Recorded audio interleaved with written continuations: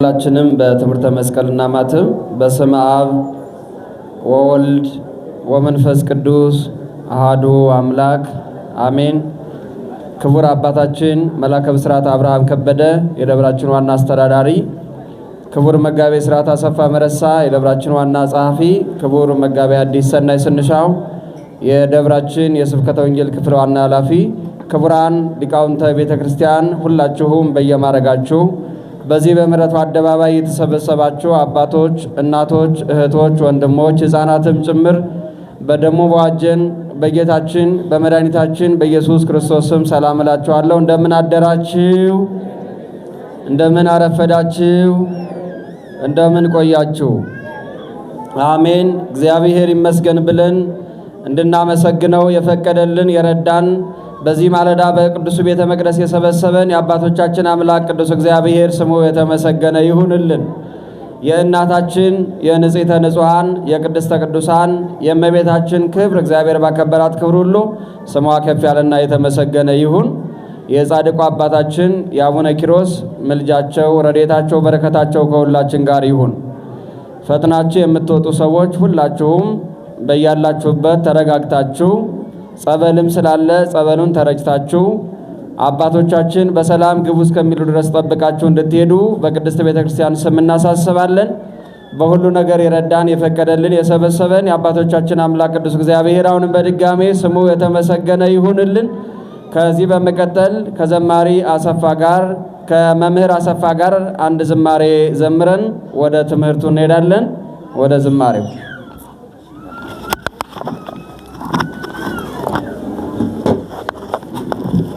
በስመ አብ ወወልድ ወመንፈስ ቅዱስ አሐዱ አምላክ አሜን። ክቡር አባታችን መላከ ብስራት መምህር አብርሃም ከበደ የደብራችን ዋና አስተዳዳሪ፣ ሊቃውንተ ቤተ ክርስቲያን በየማዕረግ ስማችሁ የተከበራችሁና በሽበት ዘውድ የከበራችሁ አባቶችና እናቶቼ እንዲሁም ወንድሞችና እህቶች ሕፃናት ጭምር ሞታችን በሞት ሽሮ ሕይወትን በሰጠን በጌታችን በመድኃኒታችን በኢየሱስ ክርስቶስ ፍጹም ሰላም እንደምን አደራችሁ? በዕድሜያችን ላይ ዕድሜ ጨምሮ ለንስሐ ዘመን የሰጠን አምላካችን በአንድ ሆነን እንድንዘምር እንድናመሰግን የሰበሰበን የአባቶቻችን አምላክ ክብር ምስጋና ለእሱ ይሁን። ሰው ለሰው ቢፋቀር ምን ነው? ሰው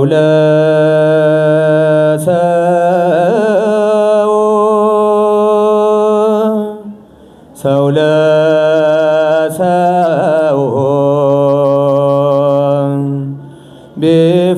ቢፋቀር ምነው? ሰው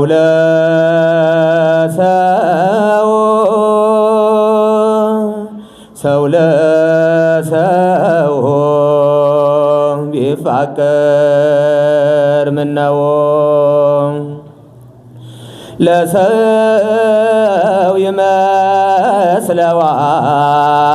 ይመስለዋል ብዙ የሚቆይ ግን በድንገት ያልፋል። ሁሉንም ሳያይ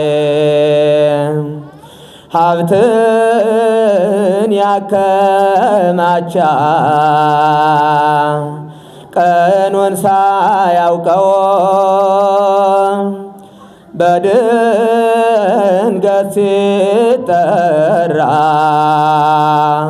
ሲጠራ ላይከተለው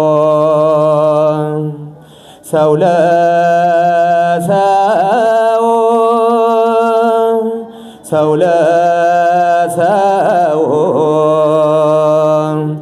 ቢፋቀር ምነው? ሰው ለሰው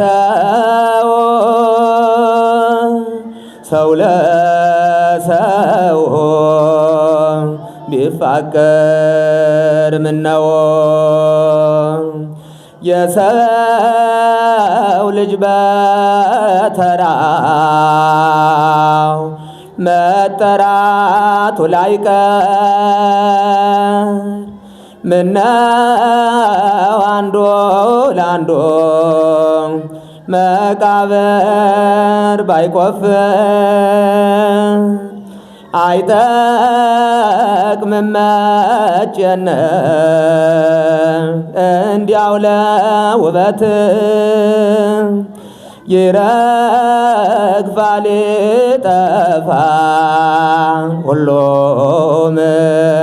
ሁሉም ከመሬት ሰው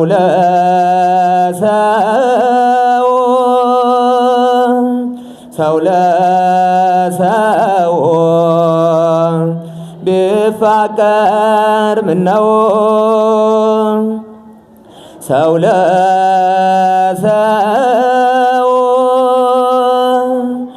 ለሰው ቢፋቀር ምነው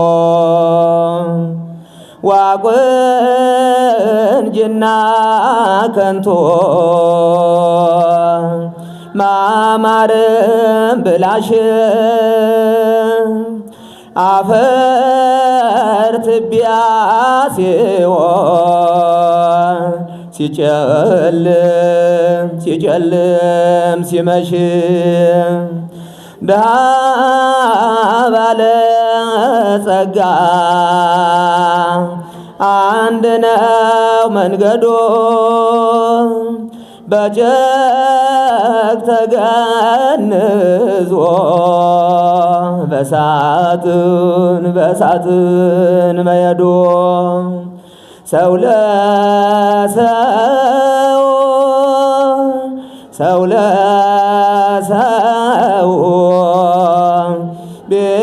ቢፋቀር ምነው ሰው ለሰው ቢፋቀር ምነው ሰው ዙሪያውን ቢያጥር መዝጊያውን ቢሰራ በህንፃ ላይ ህንፃ ቢያስመስል ተራራ አይቀርም መሄዱ ሁሉም በየተራ ሰው ለሰው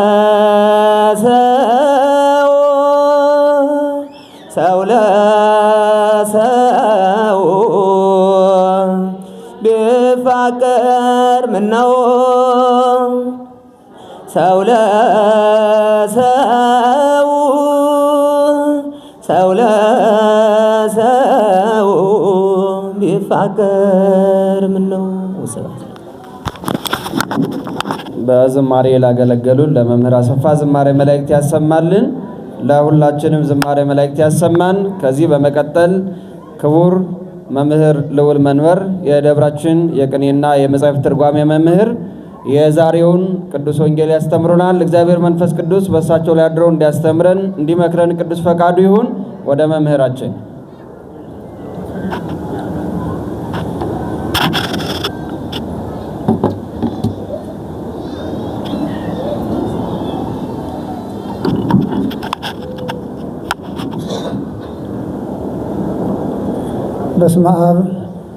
በስመ አብ ወወልድ ወመንፈስ ቅዱስ አሐዱ አምላክ በቅድስት ሥላሴ እንዘአምን ወይትማፀን እክህደከ ሰይጣን በቅድመ ዛቲ እምየ ቅድስት ቤተ ክርስቲያን እንተ ይእቲ ስምየ ማርያም ጽዮን ለዓለም ዓለም አሜን።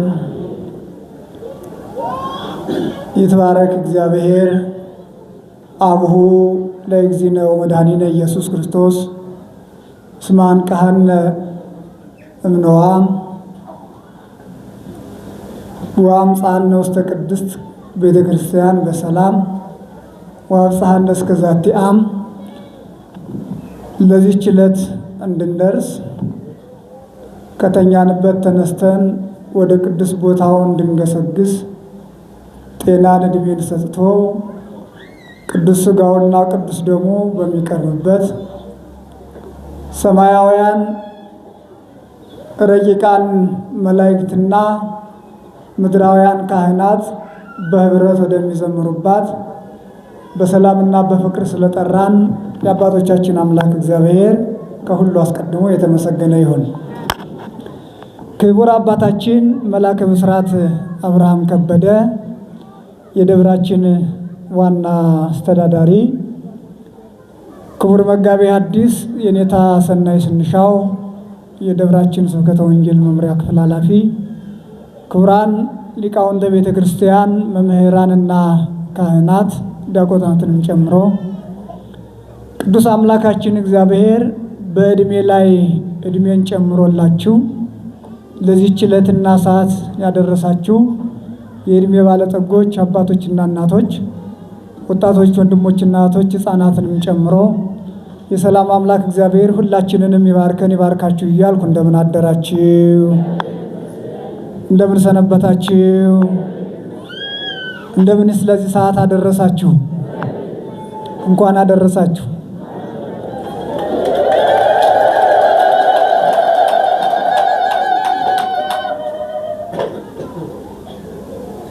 ሁልጊዜ ለስጋቸው ብቻ እንደሮጡ ይህንን ሰርተን ለጾሙ ብንደርስ ስጋችንን ለነፍሳችን አስገዝተን ወደ እግዚአብሔር ቀርበን ለክብር እንበቃለን ብለው አስበው እንደወጡ የቀሩ ብዙዎቹ ናቸውና ለጾሙ ያደረሰን የአባቶቻችን አምላክ እግዚአብሔር የተመሰገነ ይሁን።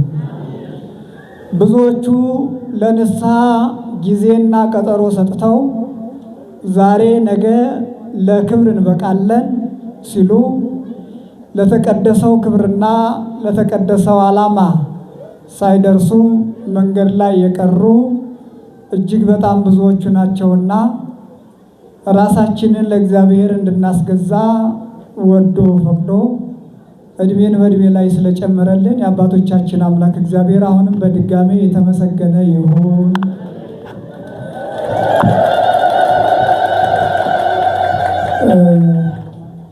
እንግዲህ ያው ጸናጽልና ከበሮ ዝምታቸውን ጀምረዋል።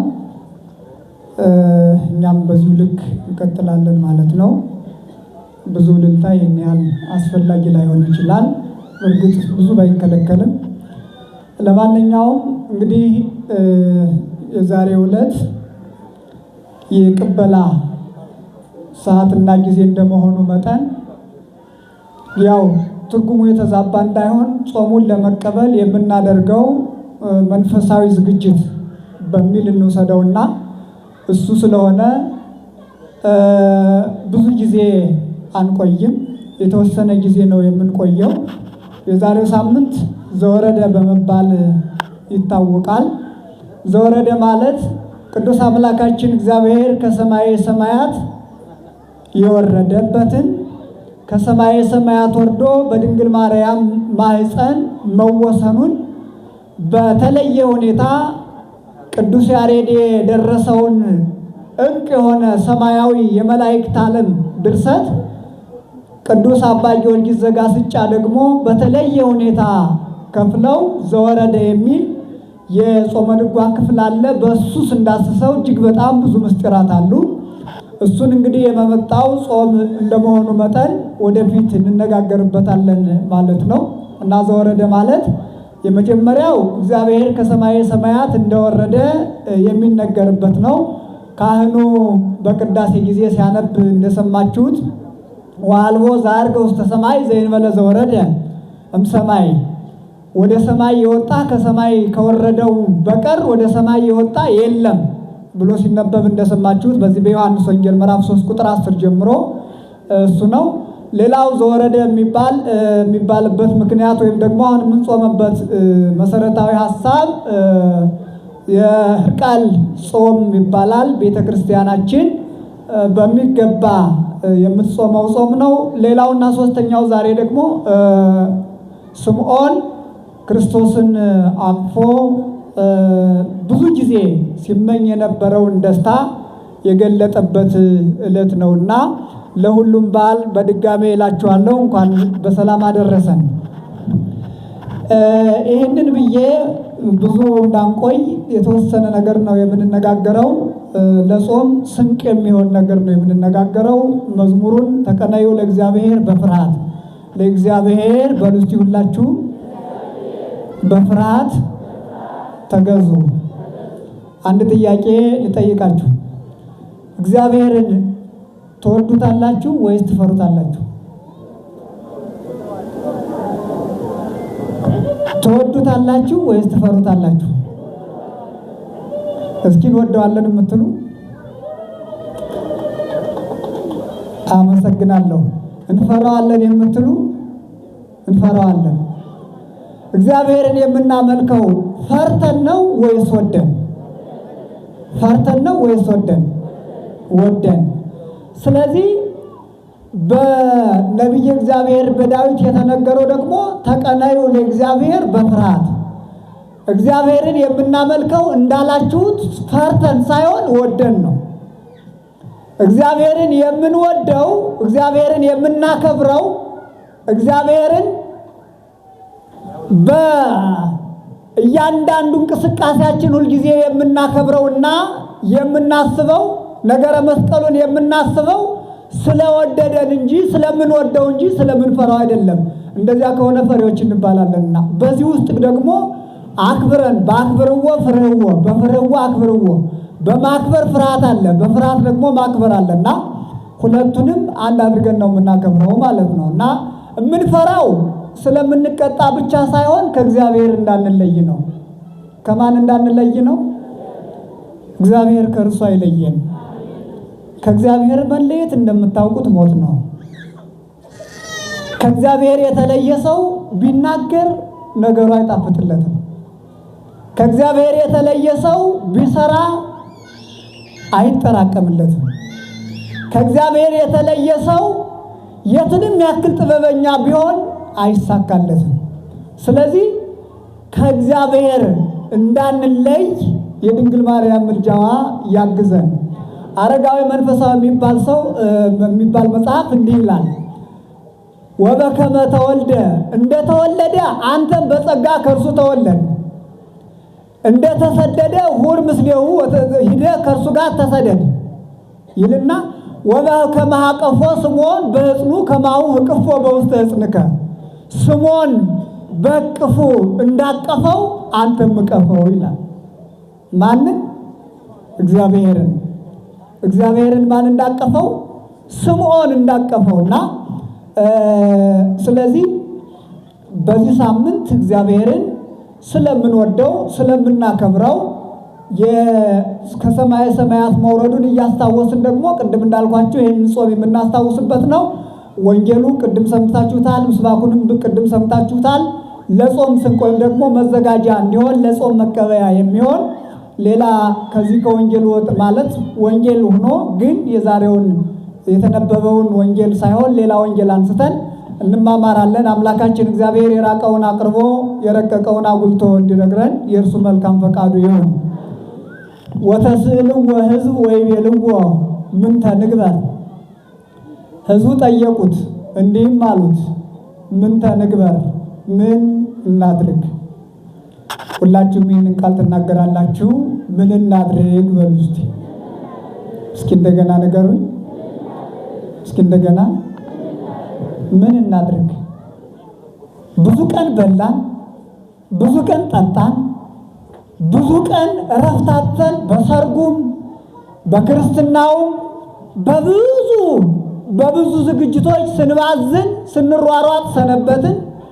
አሁን ሰውነታችንን ወይም ደግሞ ስጋችንን ለነፍሳችን የምናስገዛበት ክፍለ ጊዜ ነውና ምን ልታደርጉ አስባችኋል? እንዴት ልትቀበሉ አስባችኋል? የትምህርታችን ርዕስ ምንድነው አልኳችሁ? ምን እናድርግ። ቃሉን የምናገኘው በሉቃስ ወንጌል ምዕራፍ 3 ቁጥር 10 ላይ ነው። ቃሉን የተናገሩት በዘመኑ የቅዱስ ዮሐንስ ስብከት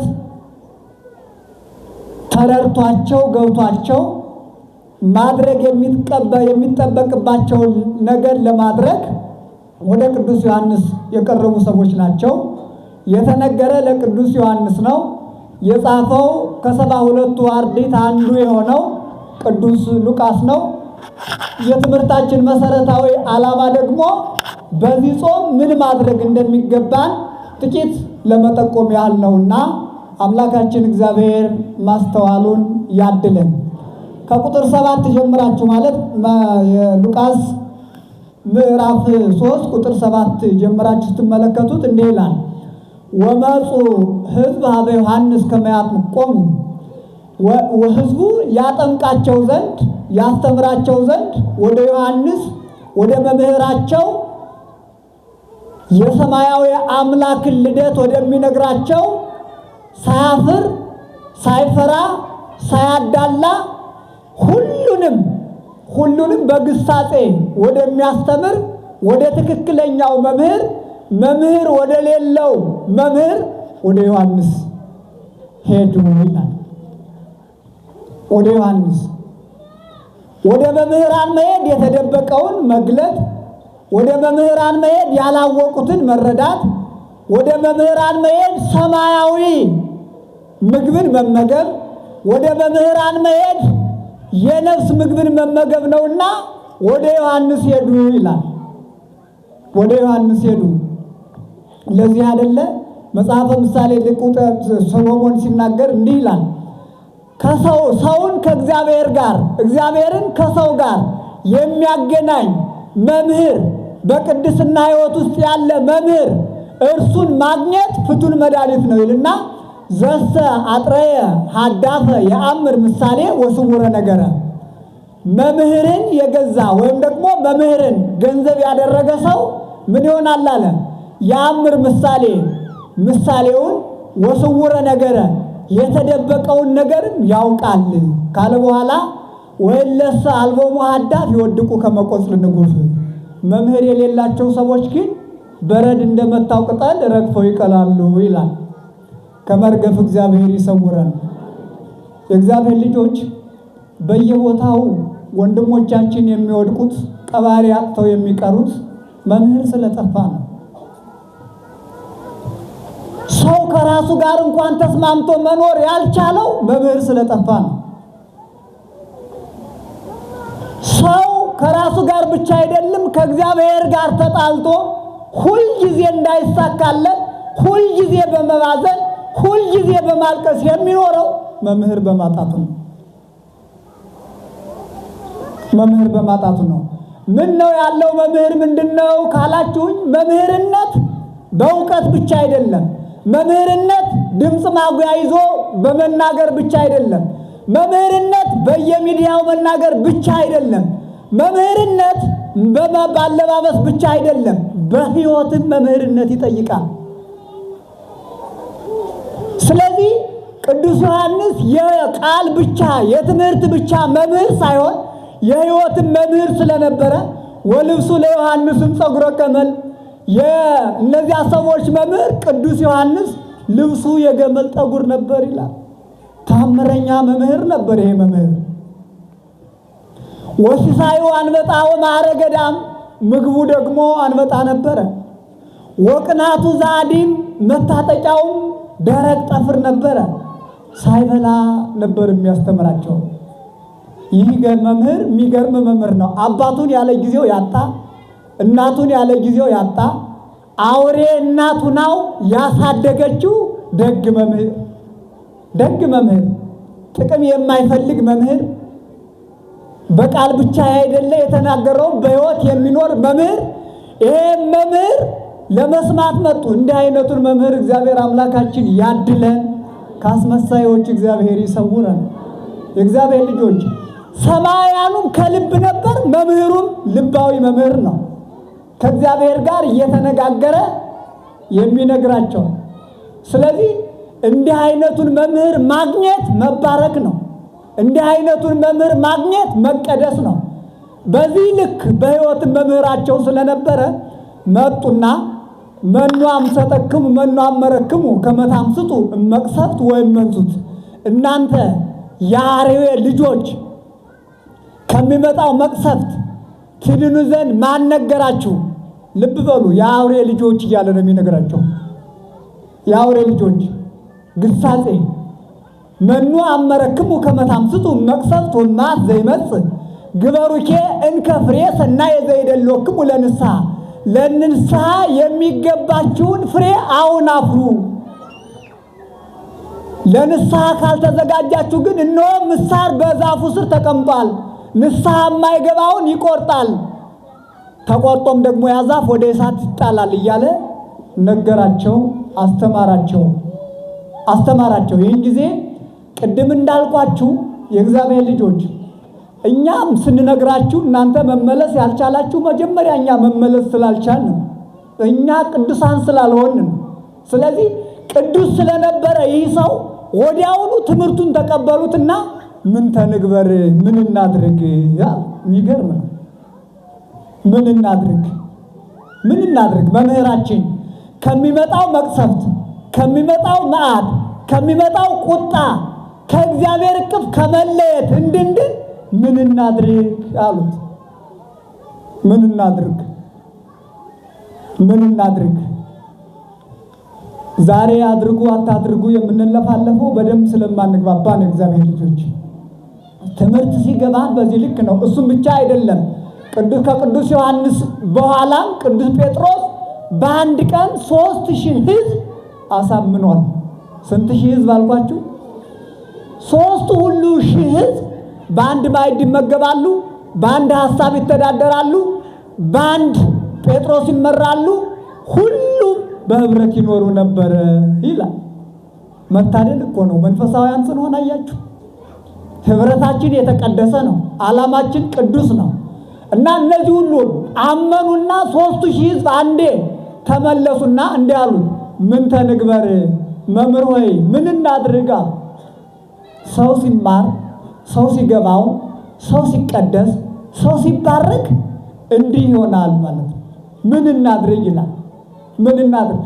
ብዙ ቅዱሳን ራሳቸውን አሳልፈው የሰጠው ወደው መሰላችሁ? ገብቷቸው እኮ ነው። ገንዘባቸውን አይደለም ራሳቸውን አሳልፈው ሰጥተዋል። ሀብታቸውን አይደለም ራሳቸውን ለእግዚአብሔር አስረክበዋል። እና እንዲህ አይነት መምህራን ሲገኙ ህዝቡ ምን እናድርግ ይላል ማለት ነው። ሊቁ ቅዱስ ዮሐንስ አፈወርቅ ግብር እኩይ ታጥኦ ሊቅ፣ እንዲህ አይነት መምህር ማጣት ክፉ ስራ ነው ይላል። ክፉ ስራ ነው እና እንዲህ ብሎ ሲጠይቁት ምን አለ? እሱ ደግሞ እዚያው ላይ የመለሰላቸው አለ። ለዛልቦቱ አሐዱ ለዛልቦቱ ይሃብለካሉ፣ የሌለው አንዱ ያለው አንዱ ለሌለው ይስጥ። ምን እናድርግ ካላችሁኝ፣ አንደኛ ያለው ለሌለው ይስጥ ብሎ መልሱን መለሰላቸው ማለት ነው። ያለው በልስቲ ለሌለው ይስጥ። ይሄ ነው ምን እናድርግ መልሱ። አንደኛው ይሄ ነው። ምናልባት የሌለ ምግብ ብቻ እንዳይመስላችሁ፣ የሚበላ ብቻ እንዳይመስላችሁ፣ ገንዘብ ብቻ እንዳይመስላችሁ። ገንዘብ እያለው ይህንን አድርግ ብለን መምከር ስላልቻልን ራሱን እስከሚስት ድረስ አስፋልቱ ቤቱ እስከሚመስለው ድረስ ከአቅም በላይ ሰክሮ የሚንገዛገዝ ሰው ታገኛላችሁ። ለዚህ ሰው ምክር መለገስ ነው። ያለው ለሌለው ይስጥ። እንዲሁም ደግሞ መላው መውጫው ጠፍቶበት፣ ሰማዩ ተደፍቶበት፣ ቀኑ ጨልሞበት፣ ሰው ጠልቶት፣ የሚቀርብበት የሚናገረው አጥቶ፣ የሚያጽናናው አጥቶ የተቸገረ ሰው አለ። እሱን በምክርም ቢሆን መደገፍ ነው የጾም ዓላማ። ይሄ ነው ቅዱስ ጾም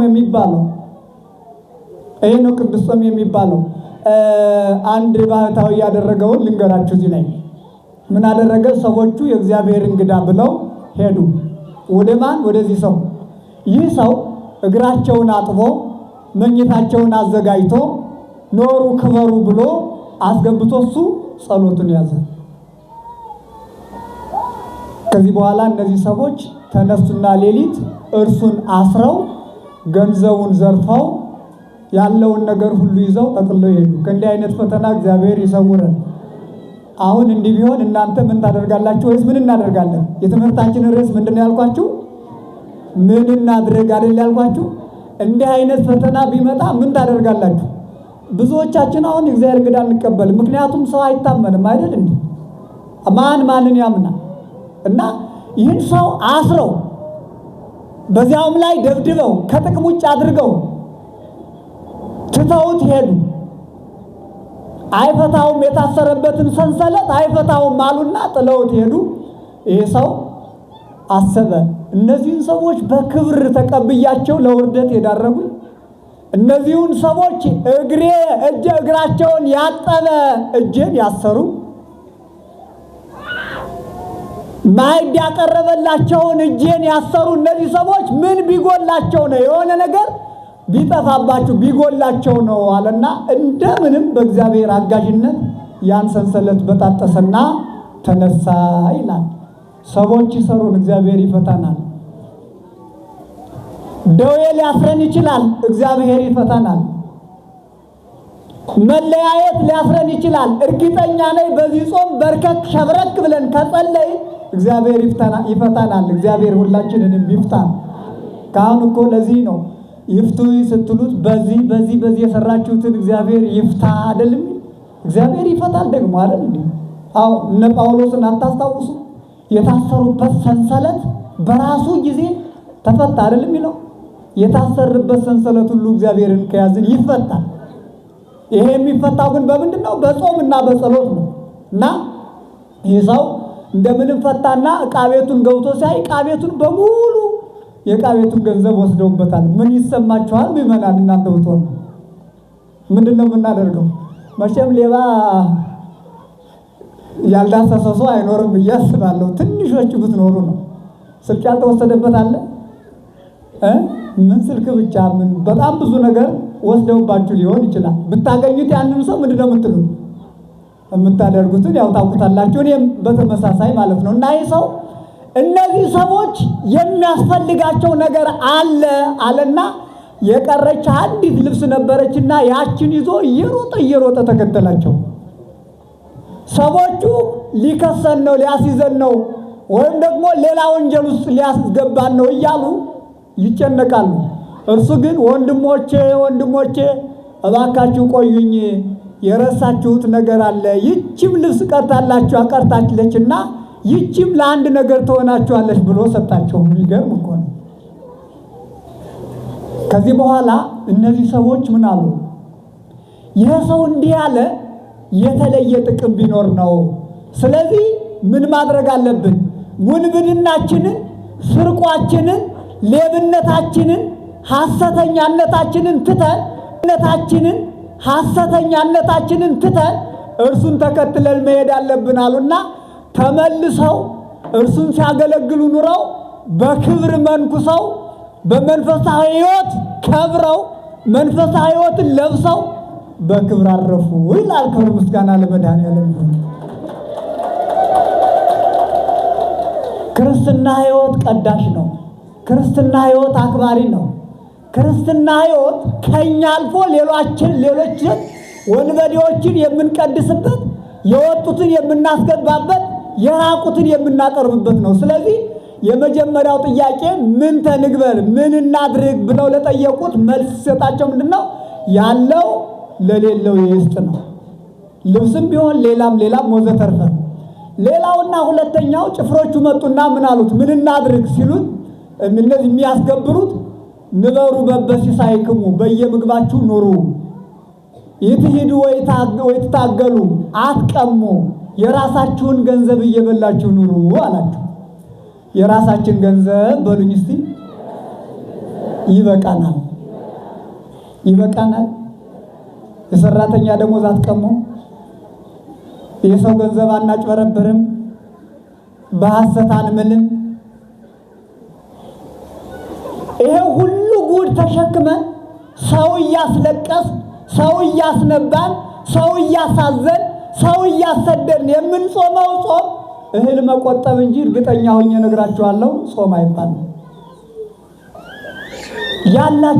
ያለን ይበቃናል እኮ እግዚአብሔር ልጆች። እግዚአብሔር ከባረከልን ትንሹ ይበዛልናል።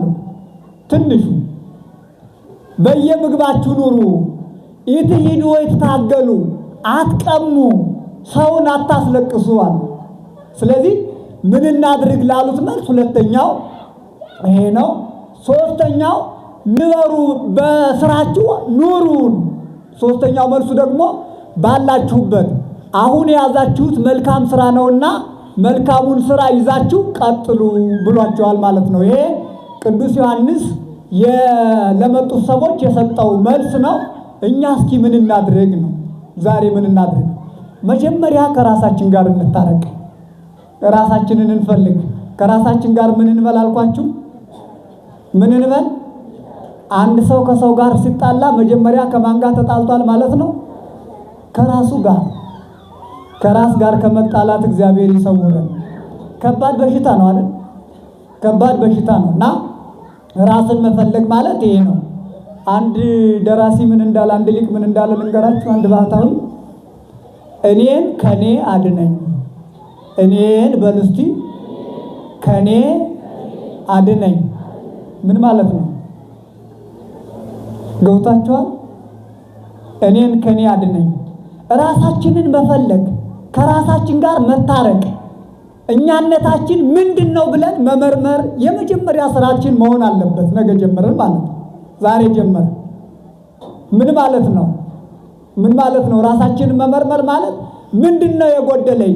ከንስሐ አባታችን ጋር ሆነን ከመምህራችን ጋር ሆነን ከሚያስረዱን ቅድም ካልኳችሁ ከደጋጉ መምህራን ከካህናቱ ጋር ሆነን ራሳችንን መፈለግ አለብን። የት ነው ያለነው ክርስቲያኖች ለመሆኑ? የት ነው ያለነው? እግዚአብሔር በቸርነቱ ይመልሰን። እኛነታችንን ካወቅን ሌላው አያስጨንቀንም። እኛነታችን እኛ ከኛ ጋር ከታረቅን የሚያስጨንቀን ነገር አይኖርም።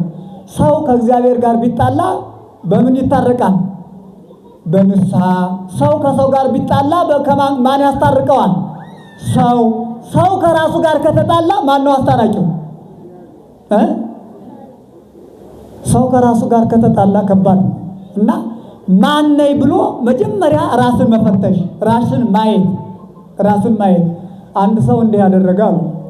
ሁሌ እኔ ማን ነኝ ኃጢአቱን እያሰበ ሁሌ እኔ ማን ነኝ ግን ለመሆኑ ሲሰራ ይውልና ይጸጸትና እንዲህ ሳደርገዋል፣ ይሄን ስፈራስ፣ ይሄን ስፈጥረዋል አላደርግም ብዬ እንደገና የተመለስኩ እኔ ማን ነኝ ብሎ ራሱን ሲመረምር ራሱ ጠፋበትና ሌሊት ተነስቶ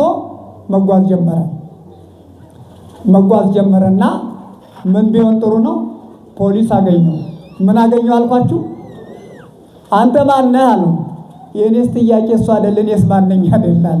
ራሱ ጠፍቶበታል። ስለዚህ ራሳችንን ካላወቅን ምን ጾመው ጾም ሁሉ ትክክል አይደለም። የጎደለንን ራሳችንን ካወቅን አስቀያሚነታችን ይነበበናል። ራሳችንን ካወቅን ሐሜታችን ይታወቀናል።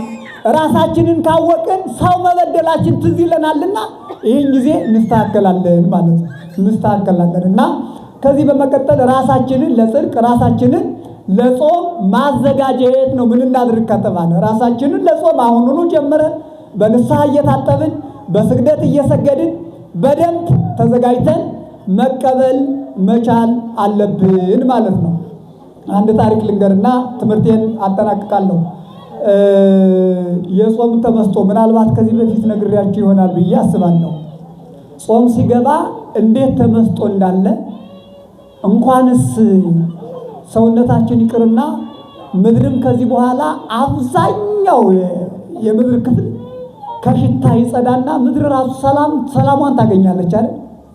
የምንበላው ይስማማል። አንዳንድ ሰው እንደዚህ ነው፣ ጥሩ ነገር ነው የሚሰማን እና ምን ያህል ተመስጦ እንዳለ አንድ አባት በጾም ጊዜ እንደውም ቅዱሳን አባቶቻችን ባህታውያን አሁን በዓለም ካሉ ሁሉም ወደ በረሃ ይሄዱና ወርሃ ጾም እስከሚያልቅ ድረስ ይጓዛሉ።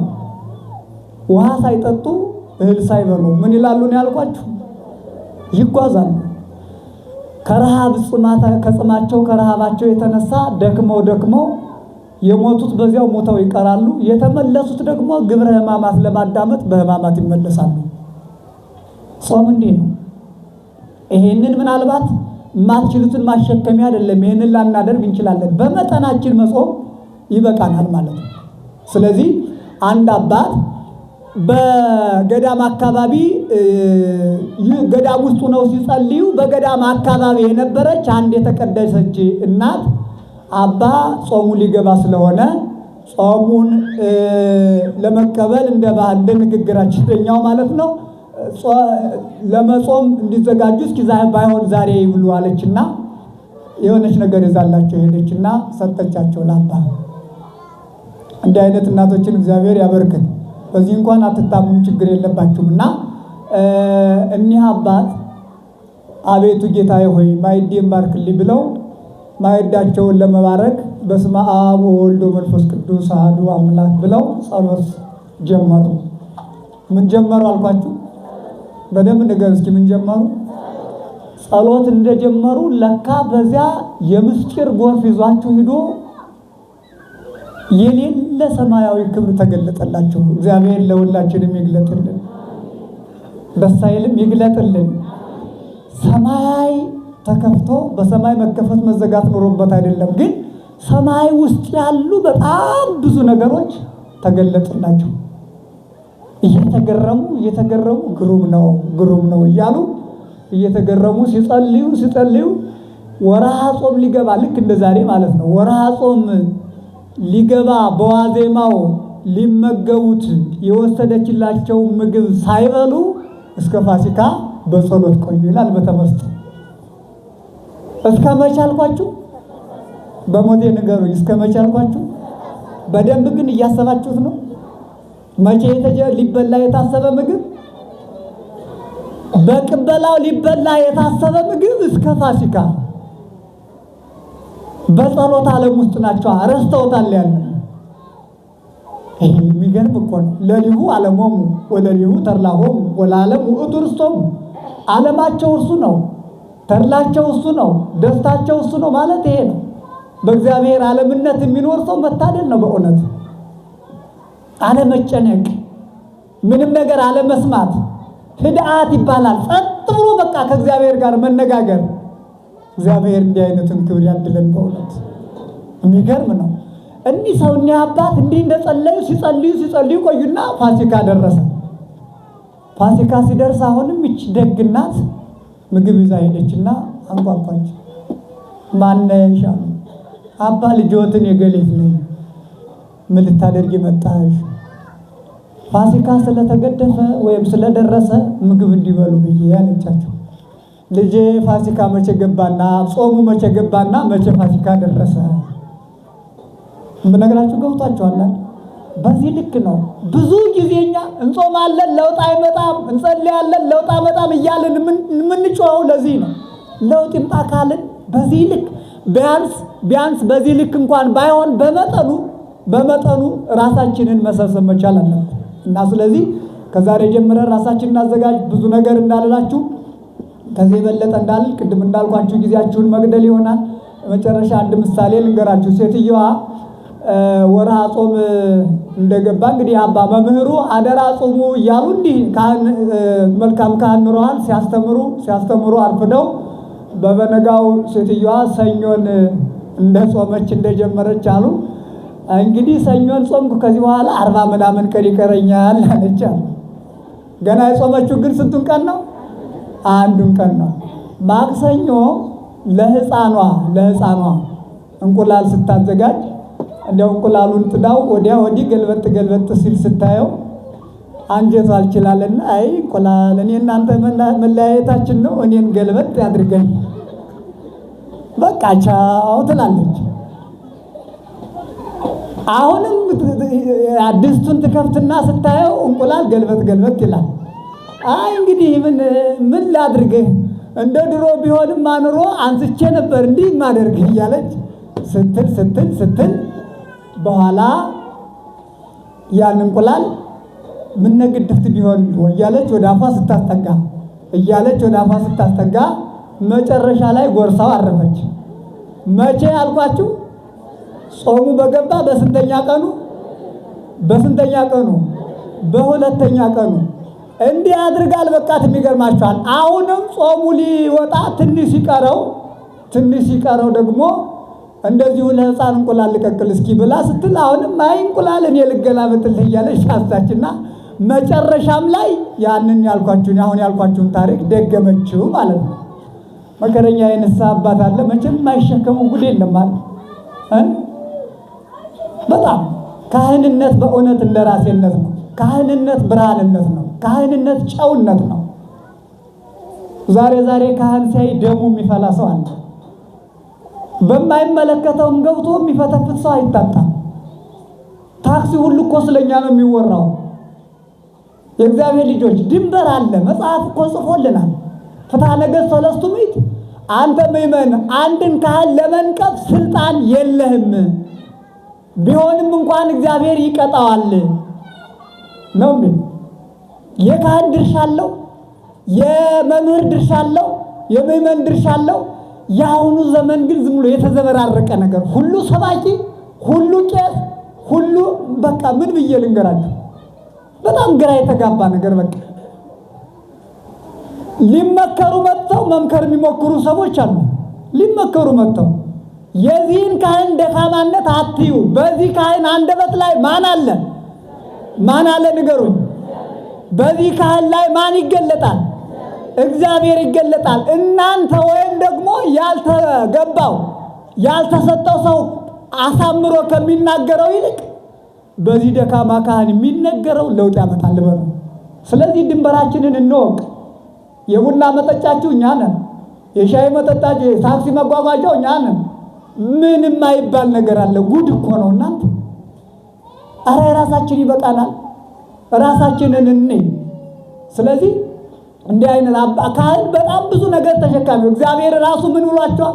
አንትሙ ውእቱ ፄው ለምድር፣ የምድር ጨው እናንተ ናችሁ። ቢያንስ ይሄ ካህን እናንተ ኃጢአተኛ፣ እናንተ እንዲህ የምትሉት ያ ካህን ምንም ቢሆን ምን ሰአሊ ለነ ቅዱስ ሳይል አይውልም። ቅዱስ እግዚአብሔር ሳይል አይውልም። በሱ እጅ ብዙ ሰዎች ጸጋ መንፈስ ቅዱስን አግኝተዋል። ስጋውን ደሙን ተቀብለዋል። ያ እጅ የተባረከ እጅ ነው። አሐዱ አብ ብሎ የቀደሰ አንደበት የተባረከ ነው። ካህንና ክብር መከባበር የለም። እኔ በጣም ያሳዝነኛል። በየታክሱ ስንሄድ እንዲህ በቃ ካህኑ ከነሻሹ እንዲህ እየተወዛወዘ፣ እንዲያውም ደግሞ አንዳንድ ጎረምሶች ጸጉራቸውን እየፈተሉ እባክህ አትክፋኝ አታይም እንዴ የሚል ሰው ሁሉ አይቻልም። የሚያሳዝን። ካልተከባበርን እንጠፋለን። ግድ የላችሁም። እግዚአብሔር እንዲህ ብሎናል። በዚህ በዮሐንስ ወንጌል ምዕራፍ 2 ቁጥር 25 ላይ ወይደሉ ይንግርዋ ግዞ ለሰብ፣ የሰውን ሁኔታ ሊነግሩት አይፈልግም ይላል። እስመለሊሁ ያምር ግዞ ለሰብ፣ እሱ ራሱ የሰውን ሁኔታ ያውቃል። ሳንነግረው እግዚአብሔር ያውቀናል እኮ። ምን አስጨነቃችሁ? ምንድነው የሚያስጨንቀን የሰው ጉዳይ? እና እኔ አባት ዘንዳ ሄደችና አባ ንስሐ አለይብኝ አለች። የስቅለት ዕለት ሄዳ እኮ ነው። ይገርማችኋል።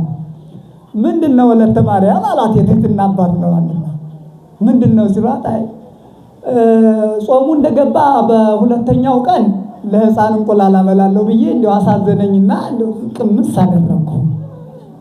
አሁንም ደግሞ ጾሙ ሲወጣ የጸሎተ ሐሙስ ዕለት ነው እንደዚህ ያደረገችና የጸሎተ ሐሙስ ዕለትም ደግሞ እንዲያው እንቁላሉ አሳዘነኝና ቅምስ አደረኩና እንደው ንስሐ ቢሰጡ ብዬ አለች። መብላቷ ጥሩ አይደለም፣ ግን ወደ ንስሐ አባቷ መሄዷ መልካም ነው አይደል? ብዙ ጊዜ አዲስ አበባ ላይ የሚታየው ችግር የንስሐ አባት የሚፈለገው ሴቶች ሲወልዱና ሰው ሲሞት ብቻ ነው። ብዙ ጊዜ እንዴ ከዚህ መውጣት አለብን። ከዚህ ልምድ ራሳችንን ለካህን በየጊዜው ማስመርመር መቻል አለብንና ምን አሏት አባ አይ ወለተ ማርያም ሲገባ አላስገባም፣ ሲወጣ አላስወጣም። እንዲያው ምን ይሻልሻል? እግዚአብሔር ይማር ይሻሏት ይባላል። እግዚአብሔር ይማረን። ምን ተንግበር። ስብሐት ለእግዚአብሔር። ይቆያል።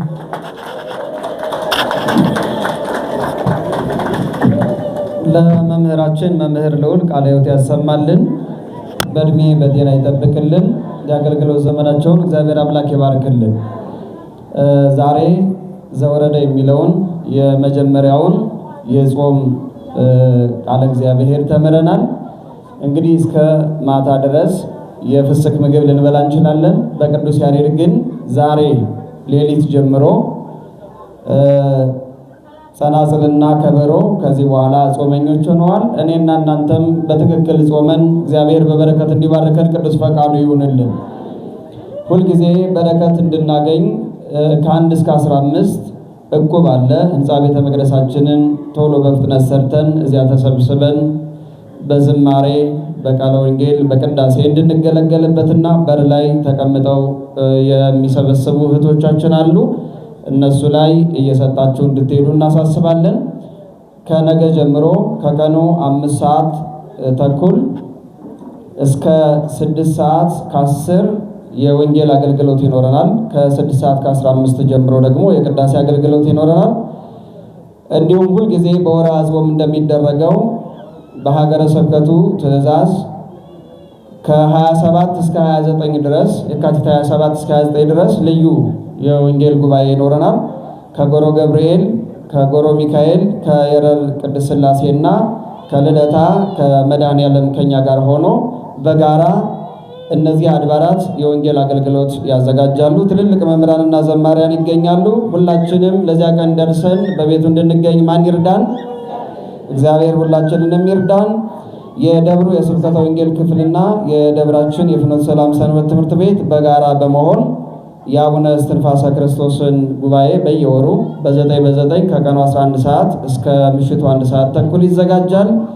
ነገ 4ኛ ጉባኤው ነው። ስለዚህ ሁላችሁም እንድትገኙ በመካከላችሁ መጥሪያ የምትሆን 4ኛ ጉባኤ የምትል ወደ እናንተ የዛሬ ሳምንት ጀምሮ እየዞረ እየተሰጠ ነበረ። ስለዚህ ሁላችሁም በዚህ ቅዱስ ቤተ መቅደስ ተገኝተን የአቡነ እስትንፋሰ ክርስቶስን በዓል እንድናከብር እግዚአብሔር አምላክ ሁላችንን የሚርዳን።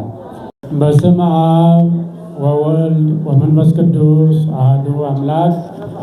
ክቡር መምህራችን መምህር ልዑል መንበር የደብራችን የመጻሕፍትና ቅኔ መምህር እንዲሁም የዕለቱ ትምህርተ ወንጌል አገልግሎት የሰጡን ክቡር በኩረትና ተስፋዬ መዋህድ የደብራችን ሕንፃ አሰሪ ኮሚቴ ቀዳሚ ሰብሳቢ ተቀዳሚ ሰብሳቢ፣ ክቡራን መምህራነ ወንጌል፣ ካህናት፣ ዲያቆናት፣ ምእመናት፣ ወጣቶች፣ ሕፃናት በእግዚአብሔር ፍጹም ሰላም እንደምን አደራችሁ?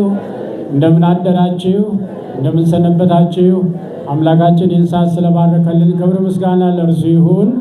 እግዚአብሔር እንደባረከልን ይህን ሰዓት ሌሊቱን ጨለማውን አሳልፎ ከዛ ሰዓት ከዛ ጭንቀት ወይም መቼም ምሽት በሆነ ጊዜ አይምሮም ሕሊናም ቢሰበሰብም ጨለማ ነውና ፍርሃት አለው። በምህረት አደባባዩ ስንደርስና ጨለማው አልፎ ብርሃን ሲተካ የምስጋና አገልግሎታችንን ለማከናወን እግዚአብሔር እንኳን ለዚህ አበቃን ማለት የየዕለቱ የክርስትና ሕይወታችን አንዱ መመሪያ ስለሆነ ይህን ሰዓት ስለባረከልን አሁንም አምላካችን ክብር ምስጋና ይድረሰው። መምህራችን መምህር ልዑል መንበር በዚህ ቦታ ላይ ታውቋቸዋላችሁ። በትህትና ከሙያ በተጨማሪ ሰው ሕይወቱ ሊሰብክ ይገባል። ክህነቱም ክህነታዊ መልክ፣ መምህሩም የመምህርነትን ፎርም መያዝ ሲችል ቤተ ክርስቲያን እና ተከታዮቿ ምእመናን ያን መምህር አይተው በሱ ይማራሉና ከእርሱ ይማራሉና በዚህ መንገድ የነበረውን አገልግሎት እንድታውቋቸው ለመቼውም ጊዜ ስናሳስባችሁ ነው የቆየ ነው። የዛሬውን ትምህርተ ወንጌል ደግሞ ተደራራቢ በዓል በመሆኑ ወርሃዊ በዓል ጻድቁ አባታችን አቡነ ኪሮስ፣ ዓመታዊ በዓል ጻድቁ የታደሰው ወደ ልጅነት የታደሰው ስምዖን ጌታ ከተወለደ ዛሬ 40ኛ ቀኑ እንደሆነ መጽሐፍት የሚመሰክሩበት በዚህ ዕለት ቃሉ ወይም ስንክሳሩን ብንመለከት ሰፊ ታሪክን የምናገኝበት የቅድስት ድንግል ማርያምን የዮሴፍን እንዲሁም የማርያምን በአጠቃላይ ይህን ሁሉ አገልግሎት አንድ ላይ የተባበረ ቀን ከመሆኑ በተጨማሪ ዘወረደ ሌላው ዛሬ አንድ ያልንበት ነው። ዛሬ ጀምረን ደግሞ ስንቆጥር 40 ቀን ሳይሆን ዛሬ ጀምሮ ወይም ነገ አንድ ስንል ከዛኛው አንድ ሳምንት ከሕማማቱ ከዚህኛው ከመግቢያው አንድ ሳምንት እነዚህ ተደምረው 15 ቀን አለ ሲደመር 55 ቀን ይሆናል። ይሄ ለኛ አዲስ ነገር አይደለም። ታሪኩን ግን በዚህ ሰዓት በዚህ ታሪክ ሰፊነት ቀን ላይ ረጅም ሰዓት ሁልጊዜ ስለምንጨነቅ ወደ ቤት ለመሮጥ አንደው ጀመሩ ደግሞ ይኸው ሊለምኑ ነው፣ ይኸው ደግሞ ንግግር አበዙ፣ ሌላው ጭንቀታችን ስለሆነ እያዩ ቶሎ ለመጨረስ ብለው እንጂ ታሪኩ ሰፊና በሳቸው ደግሞ ምስጢር አደላዳይነት ምስጢር ማከናወን ጸጋ ስለሆነ የቅኔም የመጽሐፍትም ህብረታቸው ቋንቋቸው ስለሆነ አስተማምረው አሳምረው ስላስተማሩን በእድሜ በጤና ይጠብቅልን፣ ቃለ ሕይወትን ያሰማልን በሉልን። ቃለ ሕይወት ያሰማልን፣ ቃለ ሕይወትን ያሰማልን። የአስበ መምህራንን ዋጋ ይክፈልልን ፈጣሪያችን፣ በረከቱን ያብዛላቸው። እንግዲህ የዛሬው የተለመደ አገልግሎታችን ነው። ዛሬ በተጨማሪ መምህር ልዑል ከሰጡት ትምህርት በተጨማሪ እንዳሉት ዛሬ ዘወረደ ነው። ከዘወረደ ቀጥሎ ምንድን ነው የሚቀጥለው ሳምንት ምን ይባላል ትነግሩኛላችሁ? ቅድስት ይኸው በደንብ ነገሩኝ። ሌላ ቀጥሎስ ከቅድስት በኋላ ሁለቷን ብቻ ይዘን መቼም በልማድ የምንይዛቸው ወይም ያወቅናቸው የሚመስሉን ግን ያላወቅናቸው ጉዳዩ ደግሞ ብናውቀውም ባናውቀውም ጽድቅና ኩነኔ ባያመጣም ለማወቅ ደግሞ ቤተ ክርስቲያን የተመላለሰ ሰው ብዙ ስርዓቷን ያውቃል። አለባበሳችን፣ አነጋገራችን፣ አረማመዳችን፣ አገልግሎታችን፣ ጸሎታችን፣ ተሰጦ አቀባበላችን፣ ማህሌታችን፣ ስብሐተ ነጋያችን፣ ኪዳኑ፣ ሳታቱ በሕግ በተሰፈረ ነው። በልማድ የምናውቀው ሊሆን ይችላል፣ ግን በማወቅ ጭምር መሆን ስላለበት ልማዳዊ መሆን ስለሌለበት ቅድስት ነው የሚቀጥለው እሑድ። ቀጥሎስ ምኩራብ ይሉኛል። ምኩራብ ቀጥሎ ልክ ነው አይደል? ምኩራብ ነው ቀጥሎ። ከምኩራብ ቀጥሎ መጻጉዕ፣ ከመጻጉዕ ቀጥሎ ደብረ ዘይት፣ ከደብረ ዘይት ቀጥሎ ገብርኄር፣ ገብርኄር ቀጥሎ ኒቆዲሞስ፣ ኒቆዲሞስ ቀጥሎ ሆሳዕና፣ ሆሳዕናና መጋቢት መድኃኔዓለም ዘንድሮ ለየት ያለ በዓል ሆኗል። እሱ እንግዲህ ያድርሰን ያድርሳችሁ ነው። ክብር ምስጋና ለአምላካችን ይሁን። እንግዲህ ብዙ ጊዜ እኛ ጭብጨባውም እልልታውን ተወት እናደርጋለን እንጂ በማህሌት ሊቃውንቱ በዕለተ ሰንበት በጭብጨባ ከመቋሚያው ጋር ከበሮና ጸናጽል እረፍት ይሆናሉ። እነሱ ሱባኤ ይዛሉ። መቋሚያና ጭብጨባ፣ ዳዊት፣ ጾመ ድጓ እነዚህ ደግሞ አገልግሎታቸው የሰፋ ይሆናልና ትንሽ ለዛሬው እንግዲህ እንደ መግቢያ ይቆጠርና ከጎናችሁ እልል አትበሉ ወይም አታጨብጭቡ የሚላቸው ይኖራል። ሱባኤ እየገባ ስለሆነ እየገባ ያው ወደ ቤት ስንሄድ ይታለውል እንዳሉት ወደ የእንቁላሉ ጉዳይ ስለሆነ ወደ ቤት ስንመለስ ለዛሬ ማለት ነው የሚያጓጓውን ነገር ታጠቅ ብሎ መራራ እንዲሆን አንገታችን ላይ ጠንከር ያለ ትእዛዝ ለልባችን መስጠት የሚገባን ስለሆነ በጾማችን ይህንን ለማሳሰብ ነው። በተጨማሪ ህንፃ ሰሪ ኮሚቴው የሰጠኝ አንዳንድ መልእክት አለ። እሱን ነግሬያችሁ እንጨርሳለን።